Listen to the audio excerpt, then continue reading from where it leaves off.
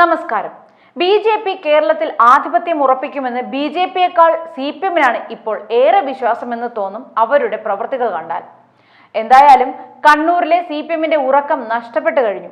ഏത് വിധേനയും ബി.ജെ.പിയുടെ വളർച്ച തടയുക എന്ന ലക്ഷ്യവുമായി എന്ത് തറ പരിപാടിക്കും തയ്യാറാവുകയാണ് അവർ. ബി.ജെ.പി പ്രവർത്തകരുടെ യോഗത്തെ ആയുധ പരിശീലനമാക്കി ചിത്രീകരിക്കാനാണ് ഇപ്പോൾ ശ്രമം നടന്നത്. കഴിഞ്ഞ ദിവസം പറമ്പിൽ തേങ്ങയെടുക്കാൻ പോയ ആൾ ബോംബ് പൊട്ടി മരിച്ച സംഭവം സി.പി.എമ്മിന് വലിയ ആഘാതമാണ് ഉണ്ടാക്കിയിരിക്കുന്നത്. അതിന്റെ കനം ഒന്ന് കുറയ്ക്കാൻ ബി.ജെ.പിക്കെതിരെയും എന്തേലും ആരോപണം ഉണ്ടാക്കണമല്ലോ. പക്ഷേ അത് ഏറ്റില്ല. ബി.ജെ.പി പ്രവർത്തകന്റെ വീട്ടിൽ രാത്രി മണ്ഡലം കമ്മിറ്റി യോഗം നടക്കുന്നതിനിടെ സി.പി.എം പ്രവർത്തകരെത്തി തടഞ്ഞുവെച്ച് കയ്യേറ്റം ചെയ്തതായാണ് ആരോപണമുയരുന്നത്. ആയുധ പരിശീലനം നടത്തുന്നു എന്ന് ആരോപിച്ചാണ് 100-ലേറെ പ്രവർത്തകരെത്തി വീട് വളഞ്ഞത്.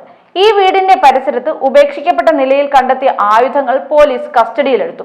വീട് വളഞ്ഞ് ബി.ജെ.പി പ്രവർത്തകരെ കയ്യേറ്റം ചെയ്ത സംഭവത്തിൽ 6 സി.പി.എം പ്രവർത്തകരെയും കണ്ടാലറിയുന്ന 100 പേരെയും പ്രതി ചേർത്ത് പയ്യന്നൂർ പോലീസ് കേസെടുത്തു കഴിഞ്ഞു. അതേസമയം ആയുധങ്ങൾ കണ്ടെടുത്തതിന് സ്വമേധയാ കേസെടുത്ത പോലീസ് ആരെയും പ്രതി ചേർത്തിട്ടില്ല. വ്യാഴാഴ്ച രാത്രിയാണ് കുണിയനിൽ കുണ്ടത്തിൽ ബാലന്റെ വീട്ടിൽ 25ഓളം ബി.ജെ.പി പ്രവർത്തകർ ഒത്തുചേർന്നത്. ആയുധ പരിശീലനം നടക്കുന്നു എന്ന് ആരോപിച്ച് രാത്രി 8 മണിയോടെ സി.പി.എം പ്രവർത്തകർ വീട് വളയുകയായിരുന്നു. അകത്തുണ്ടായിരുന്നവരെ പിന്നീട് പോലീസ് എത്തിയാണ് രക്ഷിച്ചത്. തുടർന്ന് വെള്ളിയാഴ്ച രാവിലെ ബാലന്റെ വീട്ടുവളപ്പിൽ ചാക്കിൽ കെട്ടിയ ആയുധങ്ങൾ കണ്ടെത്തിയതിനെ തുടർന്ന് വീട്ടുകാർ പോലീസിൽ അറിയിച്ചു. 2 ഇരുമ്പ് പൈപ്പുകളും ഓരോ വാളും കത്തിയുമാണ് കണ്ടെത്തിയത്. ഇവ സി.പി.എമ്മുകാർ വീട്ടുവളപ്പിൽ ഉപേക്ഷിച്ചതാണ് എന്നാണ് ബി.ജെ.പി ആരോപിക്കുന്നത്.